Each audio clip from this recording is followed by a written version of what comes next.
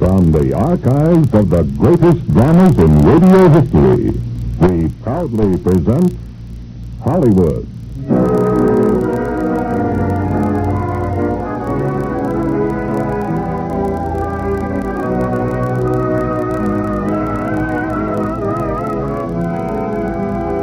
The Radio Theatre brings you Olivia de Havilland and John Lund in And Now Tomorrow. Ladies and gentlemen, your producer, Mr. William Keeley.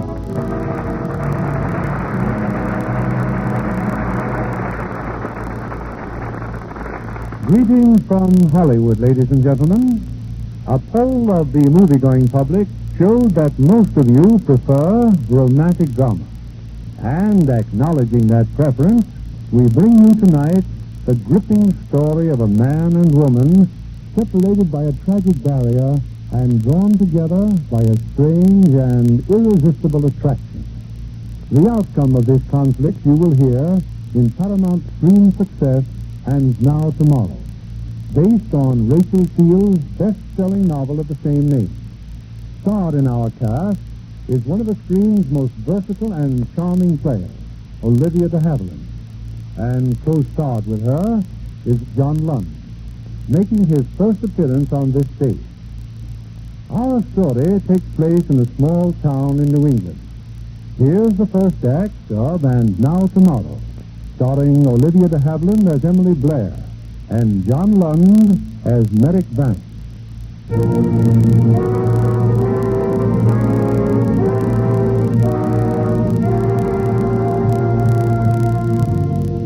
A week ago, Miss Emily Blair of Blairtown, Massachusetts, came to Chicago to see the celebrated specialist, Dr. Sloan. After days of tests and observations, she sits now in his office, watches the movement of his lips, and from them learns his discouraging verdict. What you're trying to tell me, Doctor, is that there's nothing you can do for me. I'm sorry, Miss Blair. No hope at all. I'll never see again. There's always hope. Miss Blair, 2 years ago in 1935, you had a severe case of meningitis. The result is a marked deterioration of the auditory nerve. I know of no cure for it. I see. But I'm only one man, Miss Blair. There's Chase of Johns Hopkins, Merritt in Rochester, Thoreau in Montreal. And I've seen them all except Corot.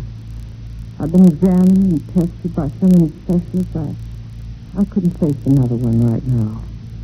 I'm going home for a while. Perhaps that's best. I'm glad you haven't let your deafness be a handicap. You read lips remarkably well. I've had excellent teachers and a great deal of practice. Well, thank you, Doctor. Oh, wait a minute, Miss Blair. A doctor's obligation goes beyond mere diagnosis. Your personal life may have a bearing on what anyone can do for you. You're not married, are you?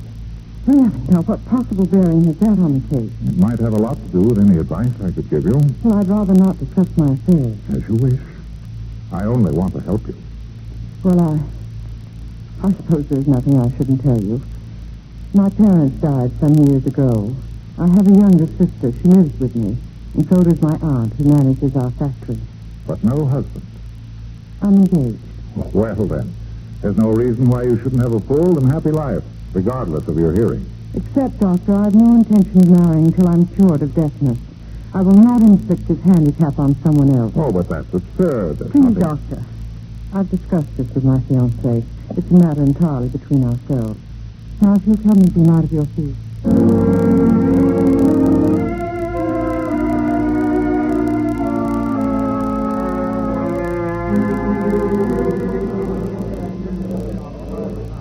Miss, your bags are in the drawing room. You getting on now? How soon are we leaving? 5 minutes, miss. I'll walk down the platform here. Yes, ma'am. Gangway! Gangway! Gangway! Look out! Look out there! Get out of the way! What's the matter with you? You want to get yourself killed? I'm sorry, I didn't mean to grab you, but that baggage truck was about to run you down. I didn't hear it coming. You see, I'm deaf. I know. You sure you're all right? Perfectly all right. I'm getting on that train, too. Here, let me give you a hand. Thank you. I'm sure I'll manage nicely myself. Okay, manage nicely by yourself.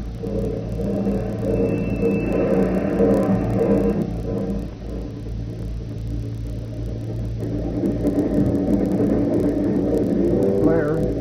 Miss Blair. Yes, conductor? We'll be in Blairtown in 10 minutes. Thank you.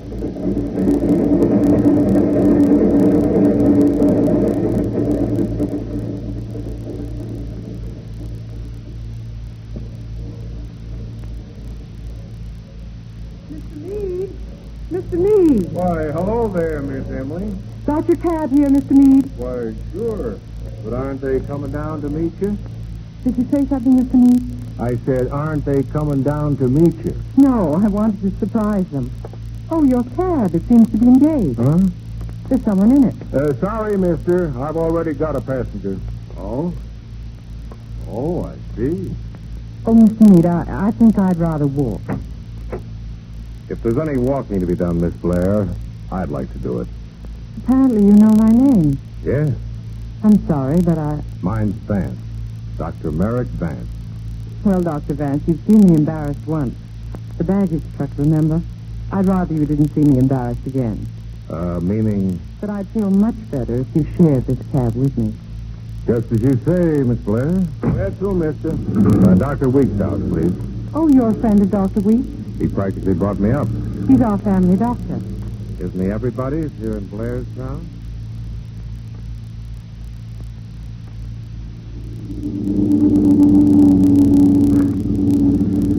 I'm sorry, Miss Blair. For what? I've been staring at you. Cynical interest, Dr. Vance. You're pretty good at reading lips. I'm sorry I shoved in on you like this. Well, it was your cab, Dr. Vance. Yeah, but you're Miss Blair of Blair House. One just doesn't do that to the Blairs. I beg your pardon? Skip it. Dr. Weeks' place, mister. Yeah. How much do I owe you, Skipper? Dr. Vance, please let me pay Mr. Meade. Sorry, but even a Blair can't buy this ride. I enjoyed it too much. Goodbye, Miss Blair.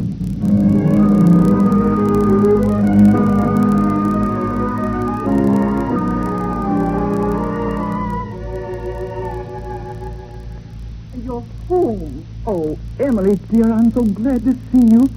But, darling, why didn't you let us know? Just a surprise, Aunt Martha. Tell me, how is everybody? Fine.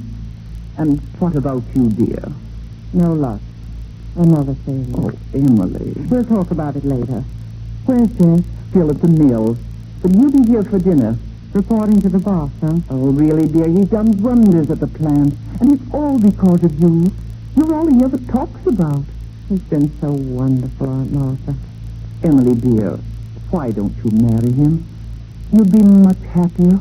You know why. But, darling... No, I couldn't stand having him see me stare at other people's lips, watching me look around before I take a single step. We Blairs are much too stuck up for that. What about Janet? How's Janet? Your sister needs a talking to, my dear. He's out entirely too much, and no accounting for it. Who knows? Maybe it's romance. Well, I'd better go freshen up. Hurry, dear. I'll phone Jeff right away. Oh, Dr. Will's coming for dinner, too. Wonderful.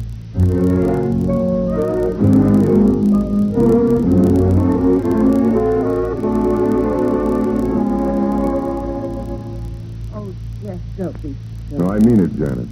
You shouldn't come to the office like this. Oh, darling, please don't scold. Oh, it's this hiding, lying about working late. But, Jeff, we didn't want to fall in love. We tried our best not to. Maybe we didn't try hard enough, huh? Yes. You haven't kissed me all day, and I... Oh, now what? Hello? Yes? Oh, Aunt Martha. What? Why, that's wonderful. How is she?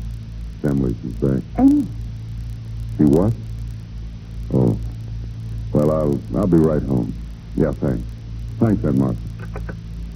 She wanted to surprise us. She surprised us all right. You know better. That specialist in Chicago couldn't do anything. Poor Emily. But we've got to tell her, Jeff, about us. Deliberately hurt her? Oh, I simply can't do it, Janet. If only she could hear, I'd tell her in a flash. She could take it then. She can take it now. Oh, all right, all right. I guess I can stand it a while longer if you can. Come on, we'd better go up to the house.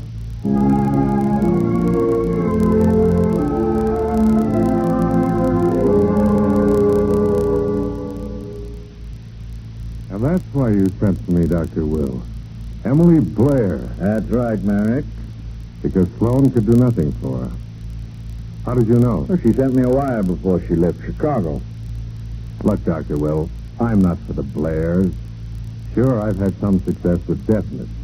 Well, I'm just a guy working in a free clinic. Merrick, we've known each other a long time. You're very close to me, my boy. But so are the Blairs. And just what do you want me to do? I want you to stay here for a while and treat Emily Blair. Oh, you know I'd do anything in the world for you, Dr. Will, but this I can't see. If my work is any good, people need it who can't afford to go to specialists. I'm needed far more in Pittsburgh than I am in Blairtown. Look, can we talk about it later? Later? The Blairs expect me for dinner. And they expect you, too. Now, wait a minute. Aunt Martha insists that I bring you. Who's Aunt Martha? Martha Evans, Emily's aunt. She manages the mill. Oh, you will come, won't you? Me? Having dinner with the Blairs? Sure. If they won't throw me out.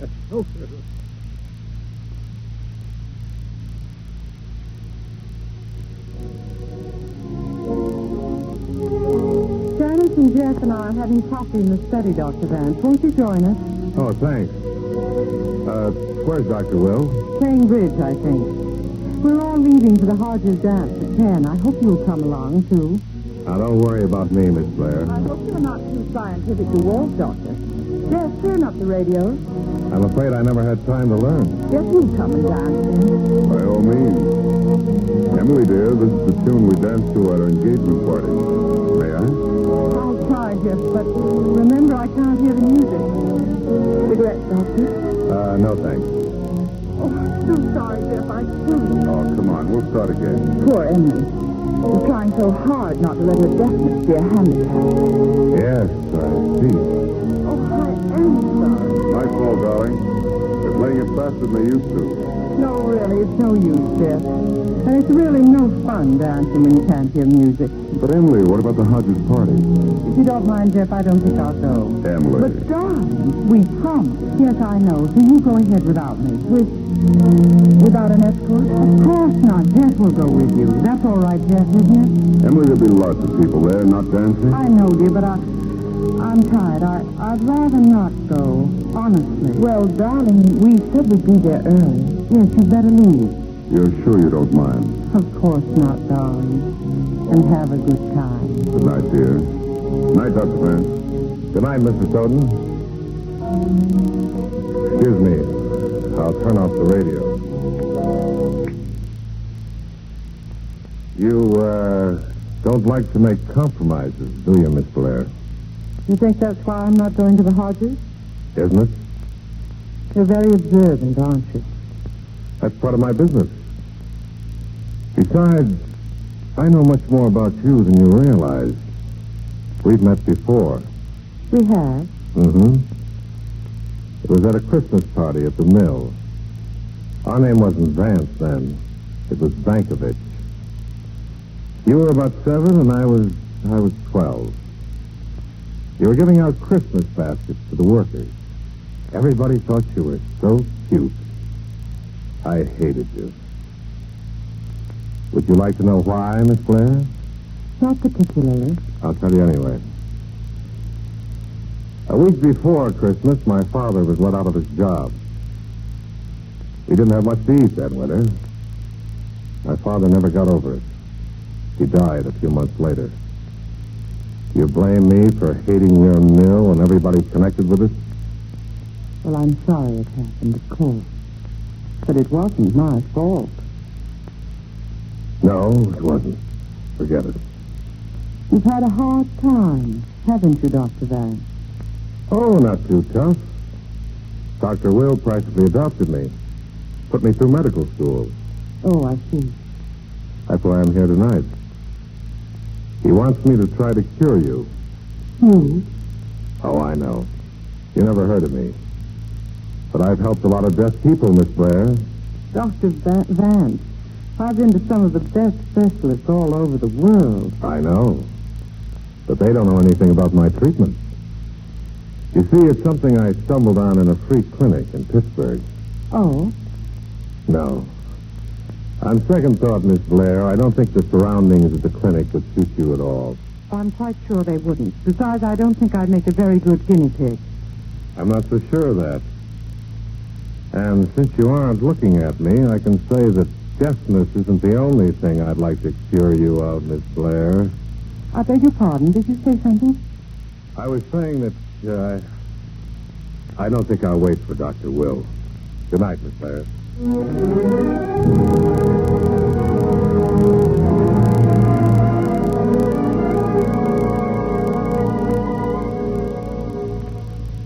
Another cup of coffee, Merrick?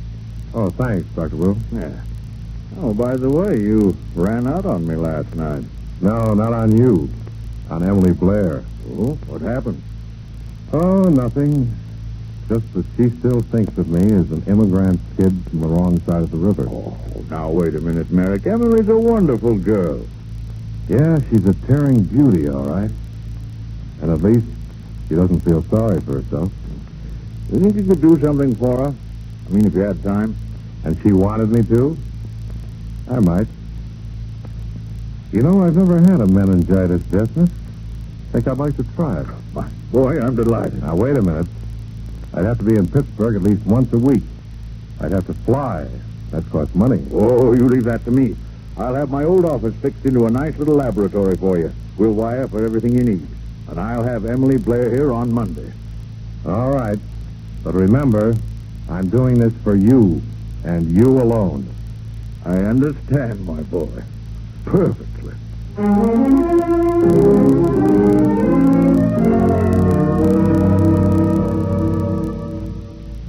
Won't you sit down, Miss Blair? Thank you. Emily didn't understand the other night how far you've gone in your special field, Merrick. I ought to have told her more about you. You certainly made up for it today, Dr. Will. She's here because I believe if anyone can help her, you can. Oh, and Merrick, if Emily decides to take your treatment, we'd like to keep it a little secret. But why? Well, for one thing, Dr. Vance, my aunt wants me to see Corot in Montreal, and I don't want to. I want to stay home for a while. If your treatment should be successful, it'll be a happy surprise for all of us. And if it isn't, it'll save the others another disappointment. I'm very hopeful. Very hopeful. There's one thing, Miss Blair, before we go any further. If we start this, I want to be sure you'll see it through. Just what does that mean? The treatments involve injections twice a week. A special serum that I've developed. How long will it last? I haven't any idea. Well, I mean about how long. How long did it take with your other patients? That's no indication. None of them had meningitis. And not all of them were cured. You have much faith in yourself, have you? No. And you're not going to like the treatment. You're going to feel pretty sick after some of the injections. That's why I want your promise to stay with it until something is proved. Would you tell me at once if you knew it was useless? Of course. My time has a certain value, too, Miss Blair. Very well, I promise. And Dr. Will seems to have enough faith for both of us anyway. Seems as though we're both doing this for Dr. Will. You know, it's a lucky break for us that deafness isn't one of those ailments where you have to like the doctor to be helped. Or the doctor has to like his patient. You can roll up your sleeve, Miss Blair.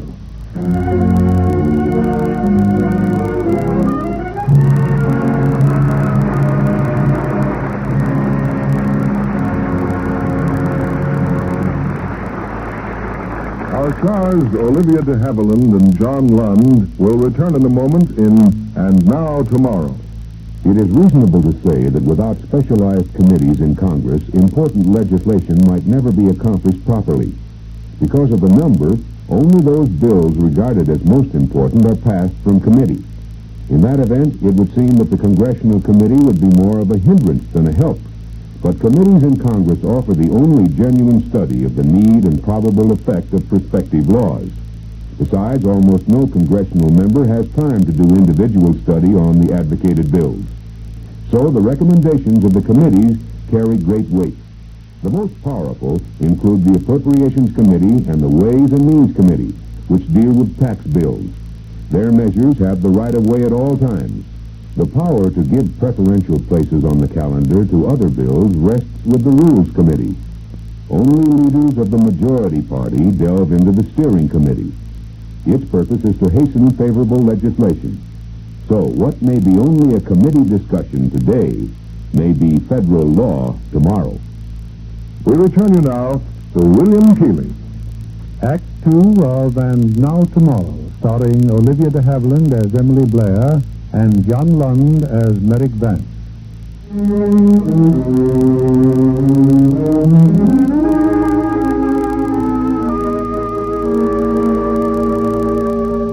For more than 2 months now, Merrick Vance has remained in Blairtown.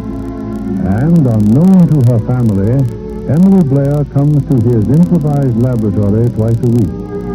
Not even her fiancé, Jeff Stoddard, knows of her visit.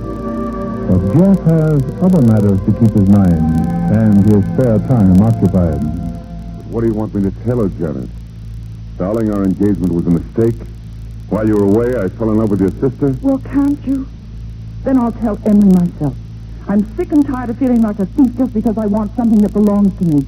You're not her property anymore. If you tell Emily one single word now, you and I are through. Jeff! Oh, Jeff, don't say such a thing. Oh, I'm sorry, darling. I had to make you understand. Jeff. Oh, Jeff, put your arms around me.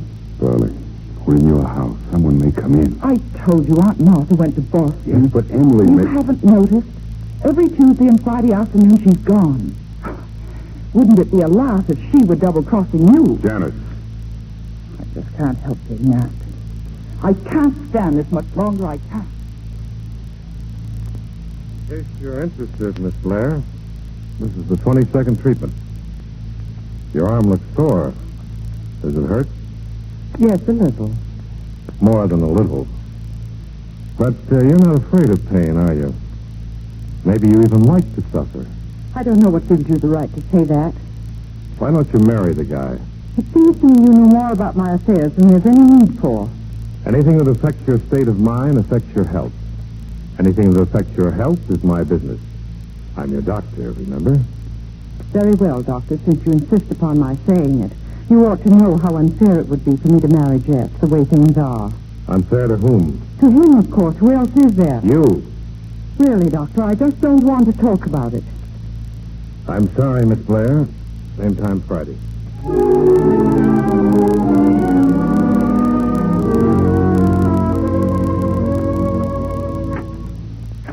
Well, Miss Blair, only half an hour late. You're improving. Last time it was 40 minutes. I'm sorry. I must have walked too slowly. Oh, that's all right. Just make yourself comfortable. I'll be back in half an hour. You're going out? Just sit down and read a magazine. That is, if you care to wait. You're not very polite this afternoon, are you? About average for me, Miss Blair. About average.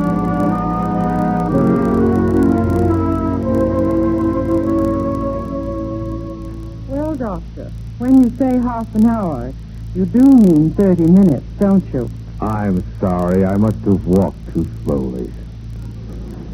It's kind of you to give me lessons in manners, Dr. Vance, in addition to all your other kindnesses to me. No one could teach you manners, Miss Blair. You know them all. Oh, now look. It's been over 10 weeks since I've been coming to you. Do we always have to fight? It isn't fair, is it? Especially when I have all the sharp weapons. I have an appointment with my manicurist. Otherwise, I wouldn't have bothered to wait. You know, it's funny. You came first because of Dr. Weeks. Today, you're here because you have an appointment with your manicurist. But I'm not discouraged. Someday, you're going to come here just because you want to get your hearing back. Doctor, you think you could stop back at the house later? Frankly, Miss Blair, I doubt it. Well, I wouldn't think of bothering you if Dr. Weeks were here. But Carrie, our cook, has a terrible cold, and Aunt Martha suggested... You can tell your Aunt Martha I'll be over after dinner. Now, if you'll step into the laboratory...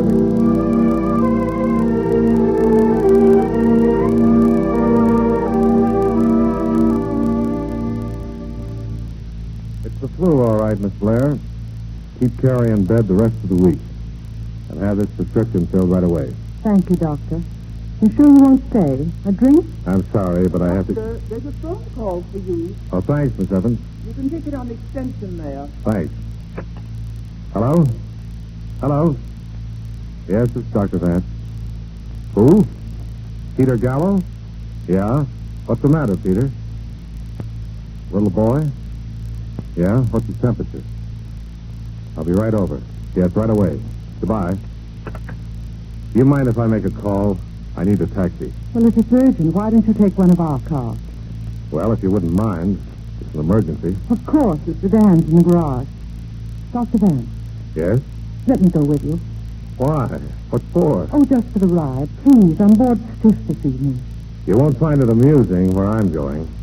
Shantytown. I'd still like to go. All right, get your hat and coat.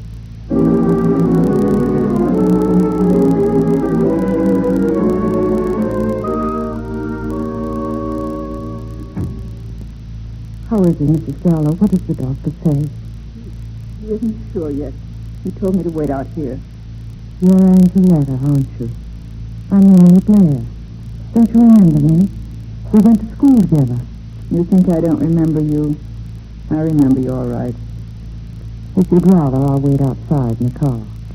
No, it doesn't matter. Angeletta, Yes, he says it's a mass choice. Peter. Oh, no. I haven't any choice, Angeletta. He's too far gone to risk taking him to a hospital. I'm going to operate here. I told him do what he thinks best. I'll need all the hot water I can get. Boiling hot. I'll get it, Doctor. Is there anything I can do? Yes, plenty. I'll have to count on you to give the anesthetic. You think you can, Miss Blair? I think I can.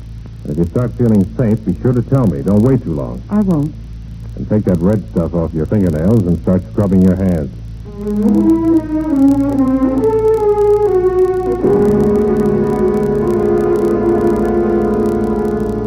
Doctor, can't you tell us? Doctor.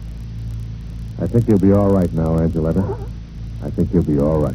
Doctor, how can I say thank you? Forget it. You'll probably sleep now for hours. I'll be back in the morning. Be sure to take his temperature every hour. If it doesn't go down steadily, call me. Yes, Doctor. Excuse me, I'll go wash you. Emily, I want to thank you for what you did. I won't forget it ever. It's going to be all right. I know he is. Oh, Angeletta. It seems a long time since high school days, doesn't it? I'm sorry we haven't seen more of each other. Why would we? I don't live in your world. You always had the best of everything. I think I hated you for that. Yes, I always had the best of everything. But now I think you're wonderful. If you're ready, Miss Blair, I'll take you home. I'm ready.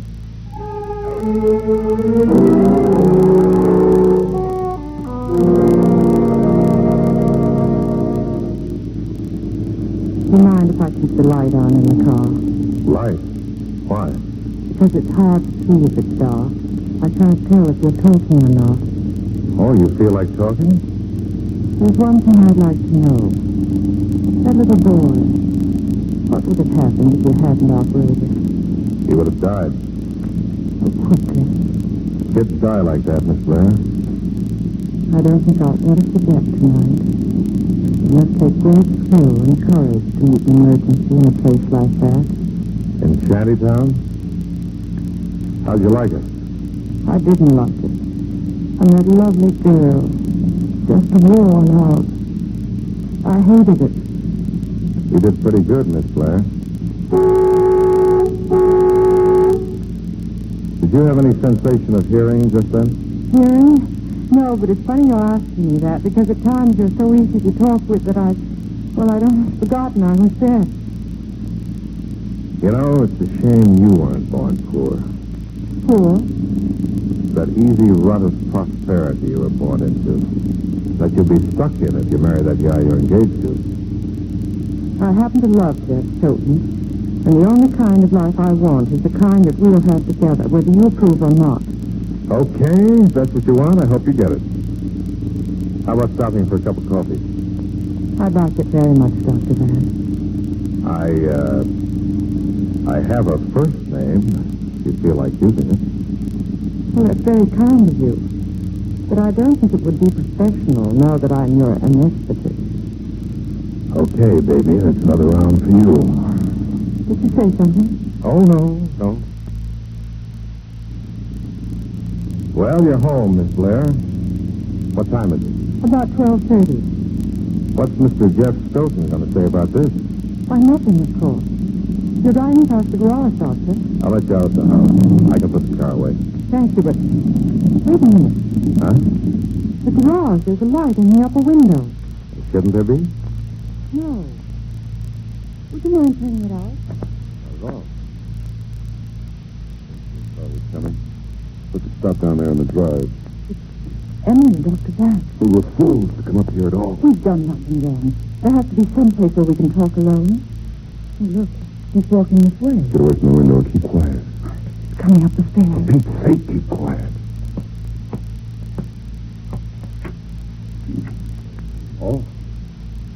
Oh. I beg your pardon. Yes. He'll tell Emily. No, won't tell him anything. I hope he does. I want him to tell us. Doctors don't tell other people's secrets. Everything all right? Wait, listen. Yes, Miss Blair. Everything's all right.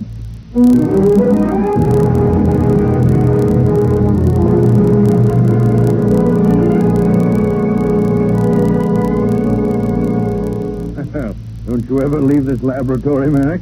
Oh, hello, Dr. Will. What have you got there? The auditory nerve from a rabbit. Want to take a look? Yes.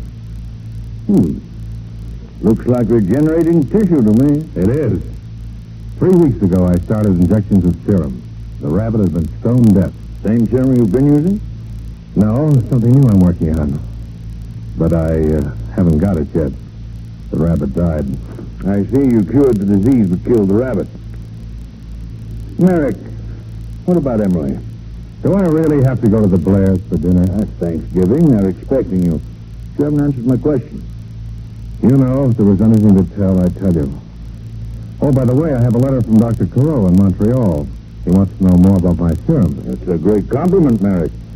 Aunt Martha set on having Emily see Carreau. I'm afraid we can't postpone it much longer. Why don't you say what you mean, Doctor? Do I have to? No, I guess you don't. I know I haven't been able to help her. Dinner at the Blairs at 4 o'clock, you said? I'll meet you there.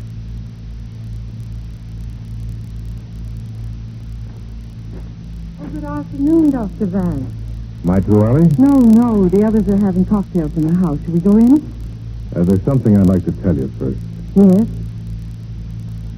You know, there's no place as beautiful as New England in November. And nothing suits this background more perfectly than you do. You have just the right color, just the right touch of frost. Is that what you wanted to say to me? No. It's been almost 5 months since we started this treatment. You made a promise then to stay with it until something was proved. It wasn't too difficult. I made a promise, too. Yes, to tell me if you knew the treatment wouldn't help me. Do you consider 5 months very long? Oh, very long, Doctor, when you count every day of them and wait and hope. You know, at first I didn't have any faith in you. I didn't even like you. And then after that night when you operated on the gallows child, what is it you're trying to tell me, Doctor? Another failure? I don't want to give up. But you have a perfect right to know that the prospects aren't too bright. I guess I should have suspected it. Well, there's always Dr. Carreau in Montreal. No, there isn't. Did you say something? I said no, there isn't. Oh, there isn't what? Dr. Carreau regards the meningitis deafness as incurable.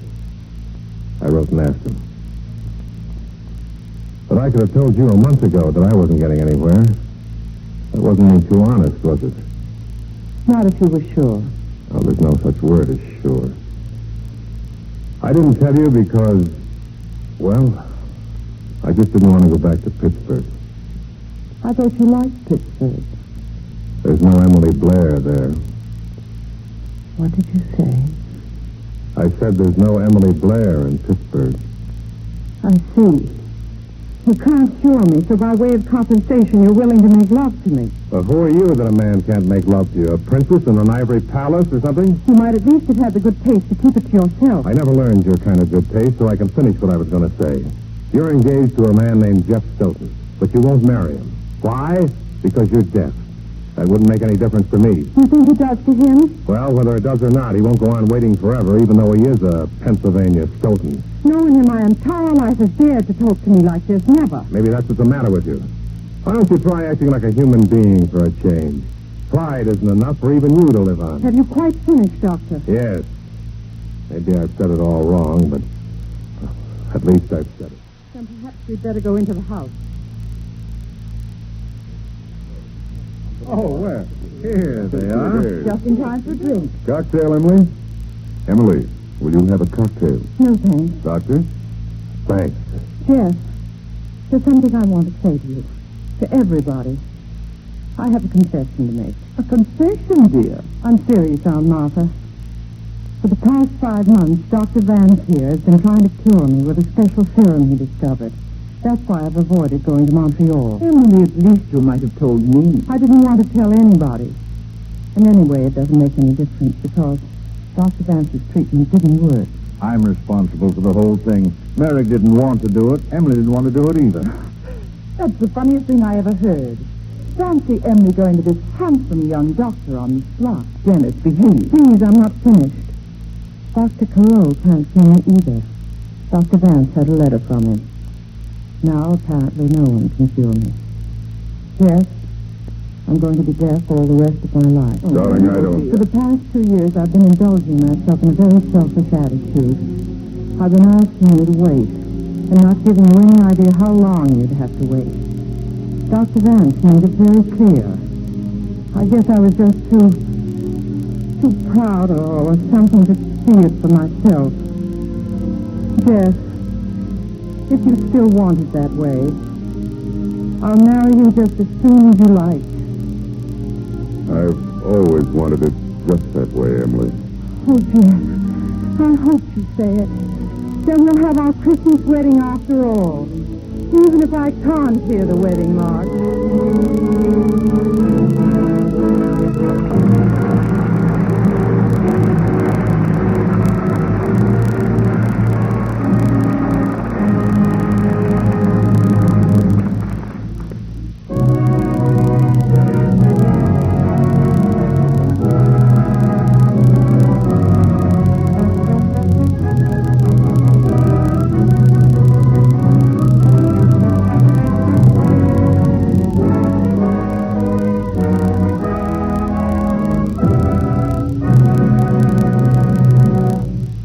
In just a moment, we'll bring you the third act of And Now Tomorrow, starring Olivia de Havilland and John Lund.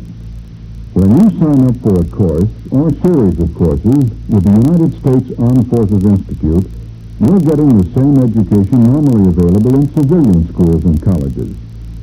USAFI is under the direct supervision of an office of the Deputy Assistant Secretary of Defense for Education and Manpower, with outstanding civilian educators who work with military leaders in the formulation of plans for USAFI. A civilian agency evaluates and makes academic credit recommendations for USAFI courses. This aids schools and colleges in granting credit for educational work done with USAFI. As a result of this cooperation, USAFI courses are based on those available from civilian institutions as well as the needs of the armed forces. So, increase your power through knowledge with USAFI. Here's Mr. Keeley at the microphone. After our final curtain, Olivia de Havilland and John Lund will be back to join us for a brief chat. Here they are in the last act of And Now Tomorrow.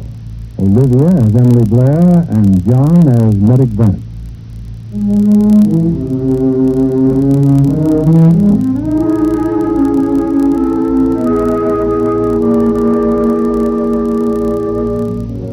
It's 2 days before Emily's wedding to Jeff Stoddard. In the home of Dr. Weeks, Medic Vance is getting ready to return to Pittsburgh.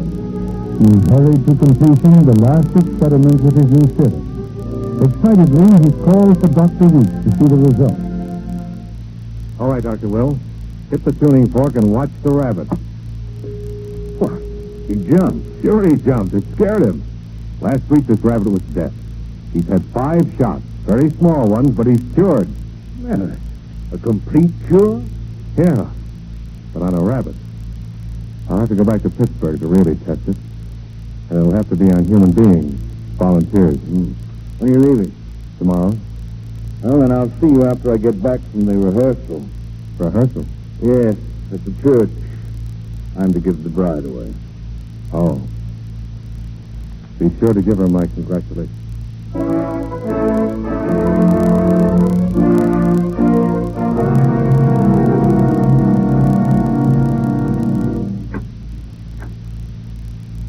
Thanks for the lift home, Dr. Weeks. Tell me, how did the rehearsal really go? How was the music? My dear, everything was perfect. Doctor, Hmm? did you notice Janet? She seemed, well, upset. I think moved would be the better word. And by the way, where is she? You and Jeff should be along in a minute. Now, what's the mystery? You said you wanted to see me alone. Yes, it's about Merrick Vance. He just developed a new serum. He's been treating a rabbit, deaf from birth. Yes? The day it could hear. Merrick's going back to Pittsburgh tomorrow. More tests, and then experiments on human patients. That'll take a long time, won't it? Long time. Can't fool around with serums, you know. No, of course not. Oh. Now you run along to bed. Good night, Emily. Good night, Dr. Will.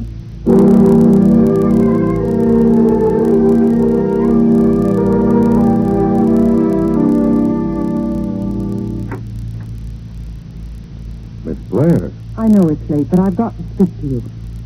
Sure. Come on in. Dr. Will told me tonight about your new cure. Sure. I have no cure.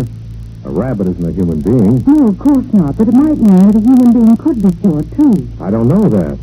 There's still lots of work to be done. Finding out if what'll work on a rabbit will work on people. What people? Volunteers.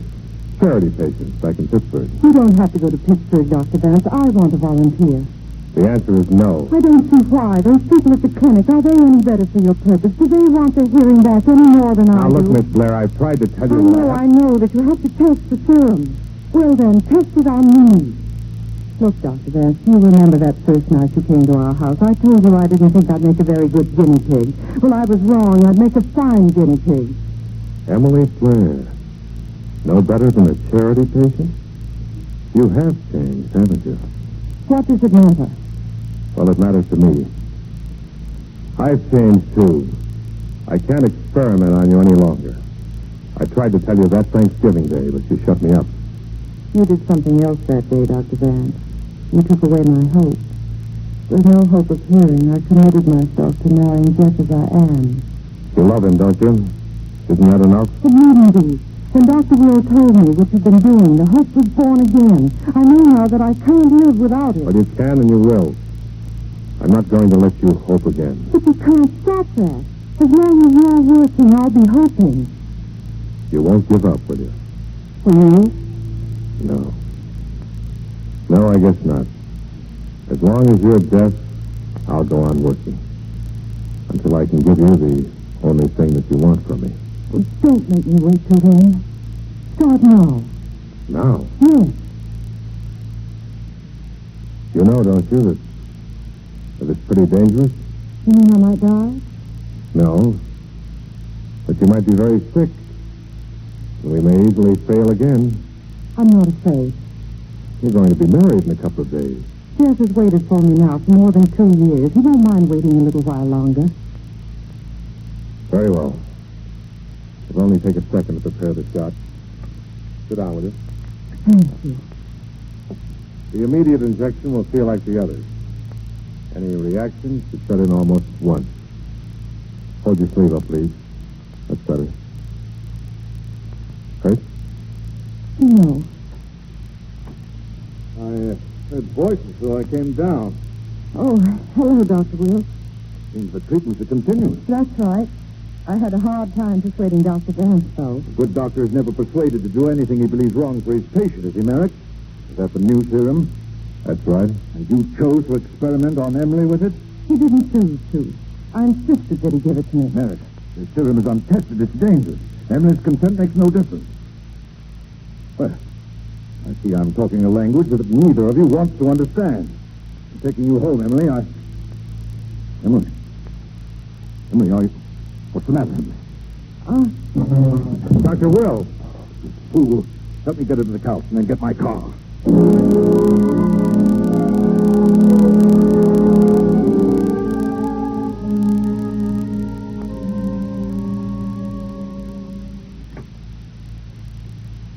Dr. Will, how is she? The pulse is regular. She's still unconscious. She's going to live? Yes, she'll live.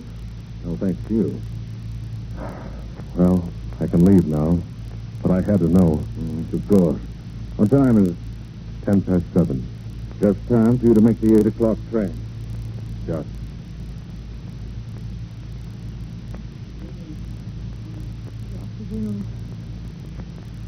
Dr. Will. All right. You're home in bed, Emily. You're all right. Everything's all right. Dr. Vance? No, he's not here. He'll come soon. He's on the train to Pittsburgh, my dear. He went away. Not until he knew you were all right.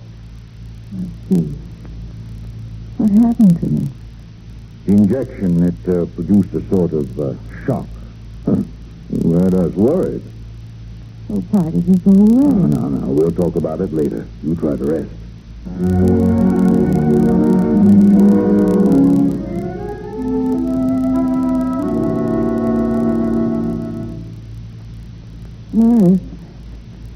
Nurse, what time is it? Oh, good morning, Miss Blair. It's 8 o'clock. I was about to get you some breakfast. And then Dr. Weeks wants to see you. It's so gloomy in here. I'll pull the drapes. Won't matter much, though. A real nasty day. Rained all night, and now it's turned to sleet. Fine day to be sick. Well, I started a fire in the fireplace.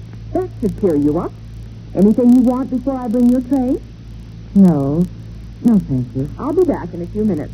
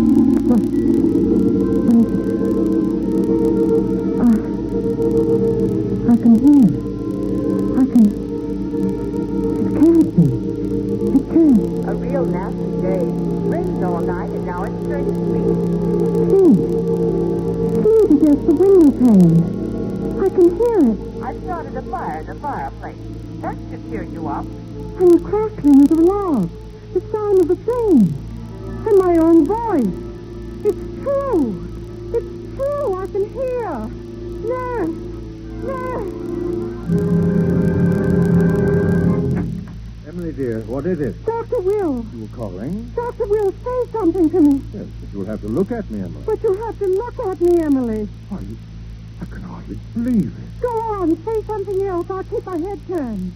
Emily, tomorrow would be your wedding day if you were well enough. Emily, tomorrow would be your wedding day if you were well enough. It's a miracle. I know. Oh, to be able to hear again. To hear voices, to hear footsteps. Janet. Emily, darling, how do you feel? Oh, Janet, I've never felt better in my whole life. Shall I tell her, Emily? No, Janet, turn away from me. What in the world? Go on, so I can only see your back. All right, but this is silly. No, it isn't silly. Emily. Oh, you heard me? Yes, I heard you. I can hear. I'll get Aunt Martha. She should know at once. No, I want to tell her myself. Where's Jeff? He'll be here soon, dear. Oh, I want to see Jeff's face. Dr. Will. I wish Dr. Vance had waited. So do I, my dear. He should have been the first to know. Oh, no, darling. Jeff should be the first. You don't know what this is going to mean to him. Almost as much as it means to you. And to me, darling. To me.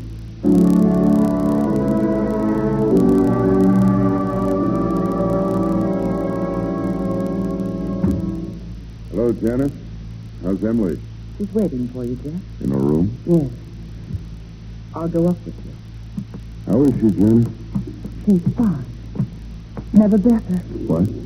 She's better than she's been for years. Oh. Well, if that's so, we wanted to postpone the wedding. Are you really going through with it, Jeff? Of course I am. What else can I do? A man of honor, aren't you? Keep your promise. Well, that's the way things are. You'll have to accept them just as I have. I see. She's deaf, so you can't let her down. That's the way I feel. Here's her door.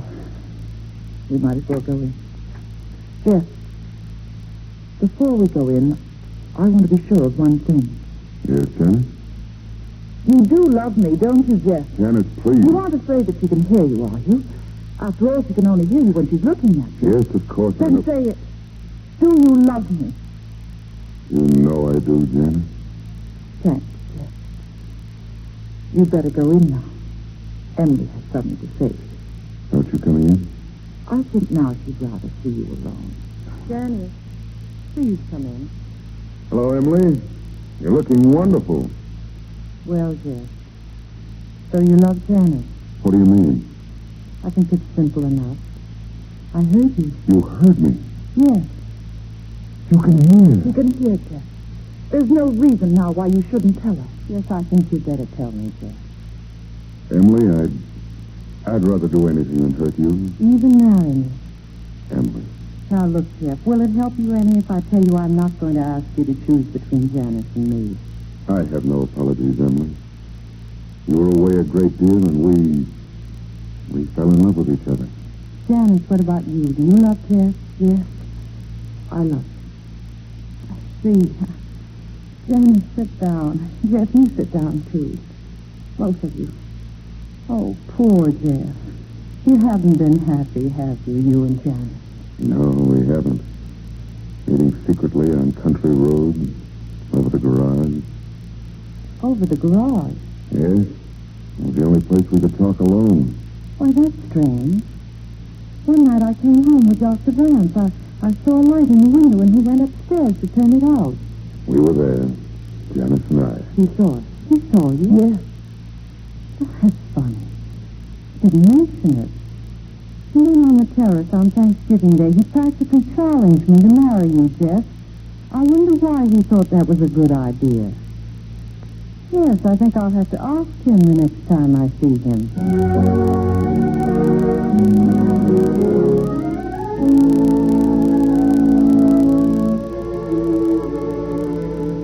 Pittsburgh Emergency Clinic, good morning. Just a minute, please.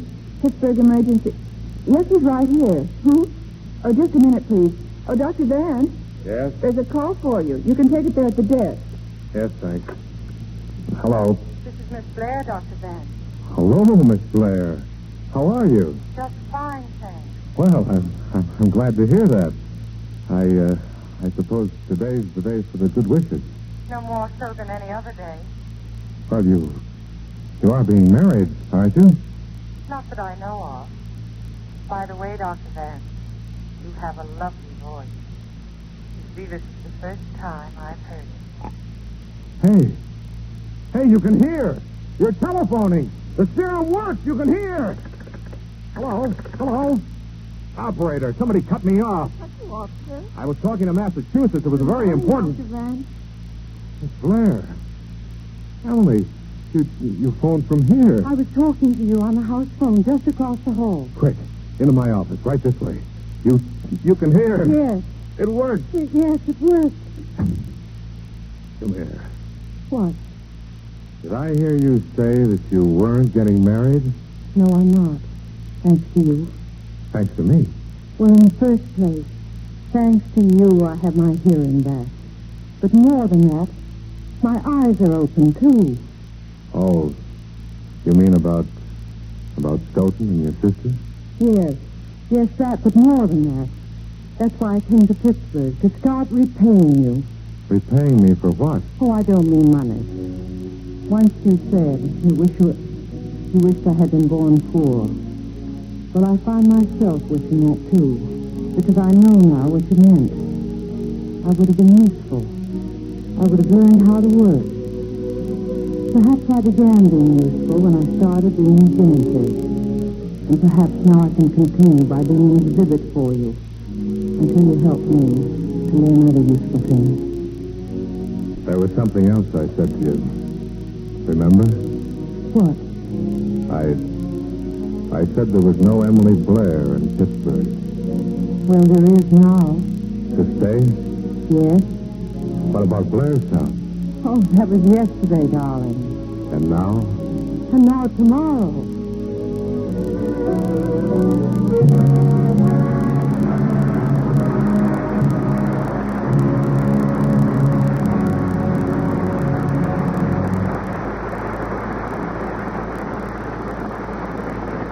Our stars, Olivia de Havilland and John Lund, come to the footlights for their curtain call, with our congratulations for 2 excellent performances. And our congratulations to you, Bill. Good night. Good night, and thanks to both of you.